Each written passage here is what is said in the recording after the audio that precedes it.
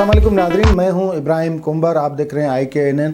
नाज़रीन, आज 17 दिसंबर है। 17 दिसंबर पाकिस्तान की अदलिया की तारीख के हवाले से एक बहुत बड़ा दिन है, जिस दिन जो दो जजों ने हिम्मत करके पाकिस्तान की तारीख के पहले आमिर एक फ़ौजी डिक्टेटर को सज़ाए मौत दी थी आइन से बगावत के इल्ज़ाम में। जी बिल्कुल, मैं परवेज़ मुशर्रफ की बात कर रहा हूँ। परवेज़ मुशर्रफ को 17 दिसंबर के दिन, 17 दिसंबर की तारीख़ यानी 17 दिसंबर 2019 को आज के ही दिन जो ख़ास अदालत है, ख़ास अदालत ने गद्दारी के मकदमे में फांसी की सज़ाए मौत दी थी। 3 जजों पे मुश्तमिल ये बेंच था और कई साल ये केस चलने के बाद परवेज़ मुशर्रफ के ख़िलाफ़ फ़ैसला आया और इसमें जस्टिस जो वक़ार सेठ जो इस बेंच की सरबराही कर रहे थे, जस्टिस शाहिद करीम और जस्टिस नज़र अकबर। जस्टिस शाहिद जो कि लाहौर हाई कोर्ट से थे, जस्टिस नज़र अकबर का ताल्लुक़ सिंध हाई कोर्ट से, जबकि जस्टिस वक़ार सेठ पेशावर हाई कोर्ट के चीफ़ जस्टिस थे।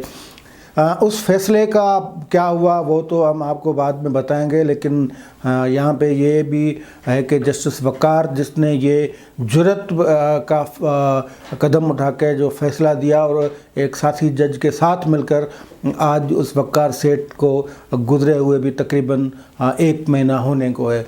जस्टिस परवेज़ मुशर्रफ को सज़ा तो आई, लेकिन फिर इस मुल्क का जो इंसाफ जस्टिस सिस्टम है उसका हाल देखें कि जो इस्टेब्लिशमेंट थी, जो मुक़्तदर हल्के थे जिन्होंने इस फ़ैसले पे गम व गुस्से का अलल ऐलान, खुलेआम ऐलान भी किया था, और तब के DG ISPR गफूर जो थे उन्होंने कहा था कि हमें इस फ़ैसले पे ख़दशात हैं। वफाकी हुकूमत की तरफ से फरदौस आशिक अवान, कानून वाले जो वज़ीर फ़रोग़ नसीम और अटार्नी जनरल अनवर मंसूर, उन्होंने प्रेस कॉन्फ्रेंस करके मरहूम जस्टिस वक़ार सेठ के लिए जो बातें की थी उनको, बल्कि यहाँ तक कहा गया कि उनका दिमाग काम नहीं कर रहा, हम उनके ख़िलाफ़ रेफरेंस ला रहे हैं क्योंकि मेंटल कंडीशन पे रेफरेंस बनता है। तो ये तो हमारी हुकूमत और इस्टेब्लिशमेंट का हाल था। फिर ये 17 दिसंबर 2019 को फ़ैसला आया। 2 माह बाद, ठीक 2 माह बाद लाहौर हाई कोर्ट ने खुसूसी अदालत के फ़ैसले को कलअदम करार दे दिया है। हालांकि जो कानून है वो कानून यही कहता है कि खुसूसी अदालत के हतमी फ़ैसले को सुप्रीम कोर्ट में चैलेंज किया जा सकता है। तो सुप्रीम कोर्ट में तो खैर कोई नहीं आया, पता नहीं क्या शक था। वैसे शक तो उनको नहीं करना चाहिए था, हमारी अदलिया आज़ाद है। बहरहाल वो लाहौर हाई कोर्ट चले गए। 13 जनवरी 2020 को लाहौर हाई कोर्ट का फुल बेंच, 3 रुकनी बेंच था, उन्होंने जिसकी सरबराही नज़र अकबर कर रहे थे, तो उन्होंने परवेज़ मुशर्रफ के ख़िलाफ़ जो फ़ैसला था न फ़कत उसको कलअदम करार दे दिया, लेकिन अदालत को सरे से उन्होंने कहा कि ये अदालत का वजूद नहीं रखता। उसमें अपील परवेज़ मुशर्रफ की थी।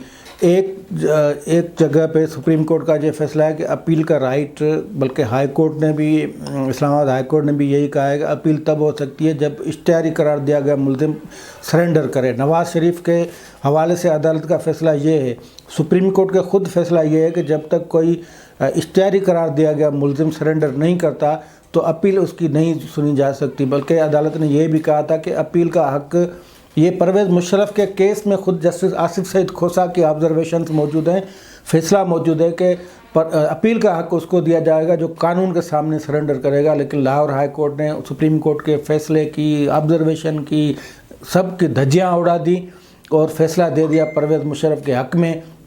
और फ़ैसला ये था कि जो परवेज़ मुशर्रफ के ख़िलाफ़ गद्दारी का केस है वो केस सरे से बनता ही नहीं, इसलिए वो केस भी ख़त्म, अदालत भी ख़त्म। जो ख़ास अदालत थी उसको ही बुनियाद उसकी उखेड़ के रख दी।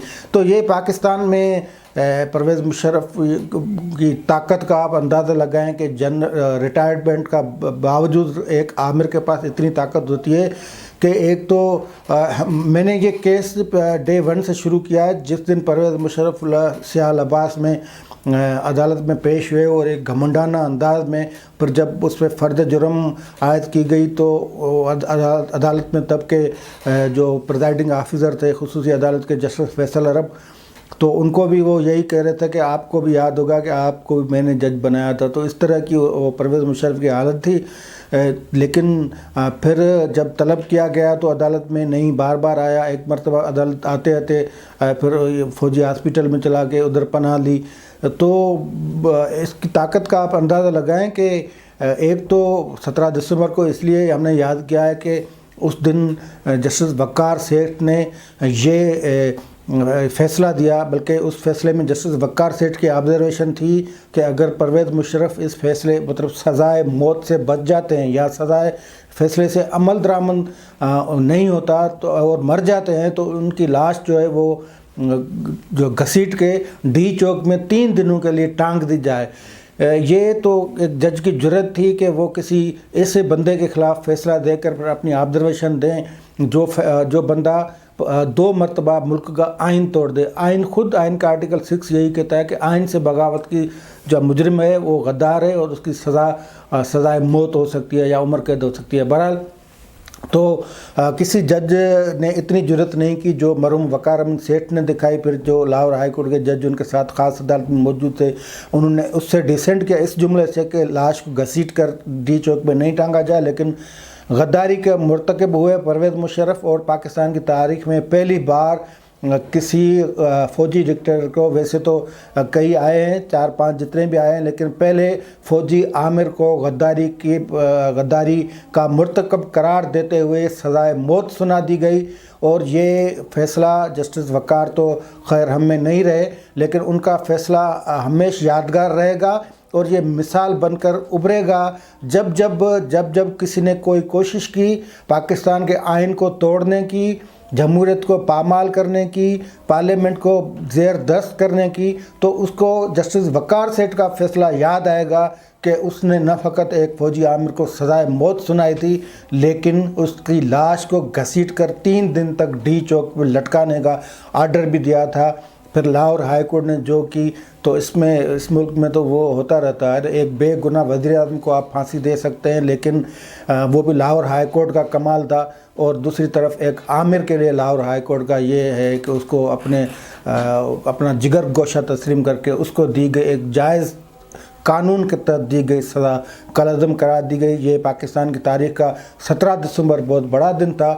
اور پھر 13 جنوری جب لاہور ہائی کورٹ نے وہ سزا کالعدم قرار دی تو لاہور ہائی کورٹ نے ایک غیر آئینی غیر قانونی جو عمل تھا اس کے اپنی جو ٹھپا لگایا وہ بھی غیر قانونی تھا کیونکہ آئین توڑنا بہرحال ایک سنگین غداری ہے جس کو خاص عدالت نے ثابت کیا اور اس ثبوت کے طور پہ فیصلہ دیا ایک عامر کے خلاف. اور لاہور ہائی کورٹ نے تمام قانون جو وہ بالائے طاق رکھ کر اس سزا کو کالعدم قرار دے دیا. بہرحال پرویز مشرف کو تو لاہور ہائی کورٹ نے بری کر دیا لیکن جسٹس وقار سیٹھ اپنا نام روشن کر گئے کیونکہ انہوں نے تاریخ میں پہلی مرتبہ آئین کو تہس نہس کرنے والے ایک عامر کو سزائے موت سنائی تھی. آج تک کے لیے اتنا ہی. دیکھتے رہیے ہمارا چینل.